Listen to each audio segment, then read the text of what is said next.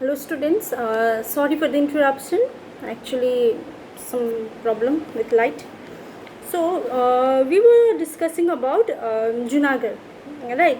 So the people of the Junagadh wanted to join India, and the common people, if common people desire to do so, then the prince also was ready. The king also was ready at that time. So it was not a difficult task for Junagadh to join India. Now there were four countries, states: Hyderabad, Kashmir, Manipur and Junagadh, and Junagadh case has been solved. Kashmir we will study in chapter 8. And now there are two important states, that is Hyderabad and Manipur. So we'll discuss about this, Hyderabad and Manipur. Now Hyderabad was ruled by Nizam. He was the richest man.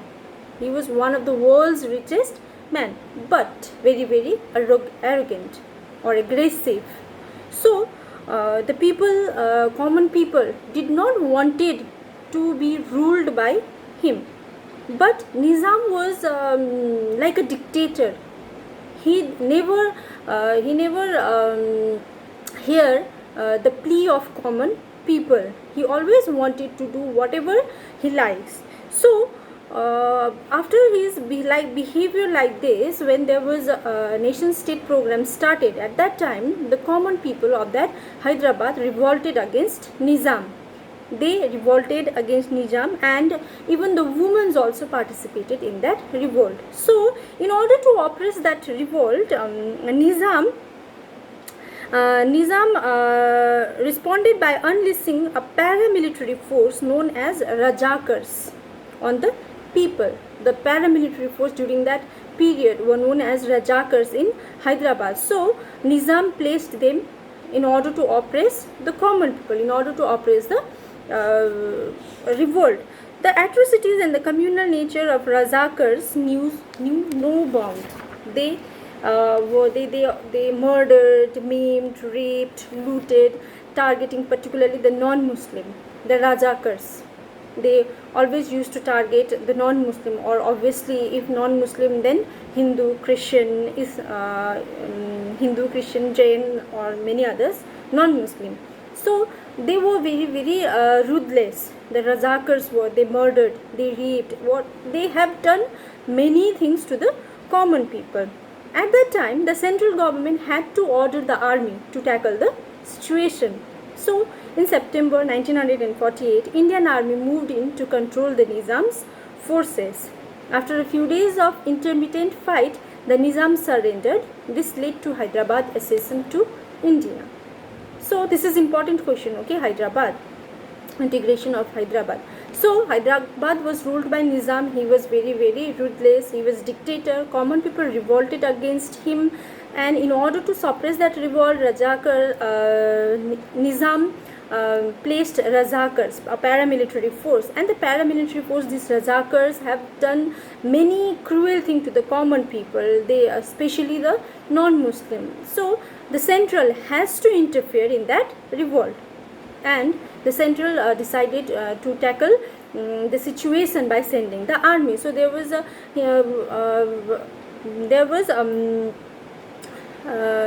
we can say that intermittent fighting means there was a violent fighting between Rajakars and the Indian army. So Nizam has to surrender at that time, and this led to Hyderabad's accession to India. Now Manipur. A few days before independence, the Maharaja of Manipur, Bodh Chandra Singh, signed the instrument of accession with the Indian government on the assurance that the internal autonomy of the Manipur would be maintained. So the ruler, the king of Manipur, was Bodh Chandra Singh. So he has signed that accession, instrument of accession, which we have discussed in government approach. So he already has signed that accession, and with certain clause, clause. So they said that we are ready to sign this accession, but there should be internal autonomy. Internal autonomy means autonomy, freedom within Manipur. They can decide on behalf of the Manipur state. The common people or the rulers can decide. They should have that autonomy, that freedom. So at that time, under the pressure of public opinion, the Maharaja held election in Manipur in June 1948 and the state became the constitutional monarchy. In 1948, they held one election in Manipur for internal autonomy, whatever accession was there. So that was Manipur was the first state where constitutional monarchy was maintained. The Manipur was the first part of India to hold an election based on universal adult franchise.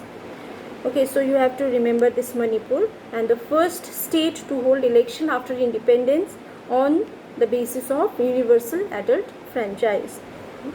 So they held election. Now, in the Legislative Assembly of Manipur, there were sharp differences over the question of merger of Manipur with India.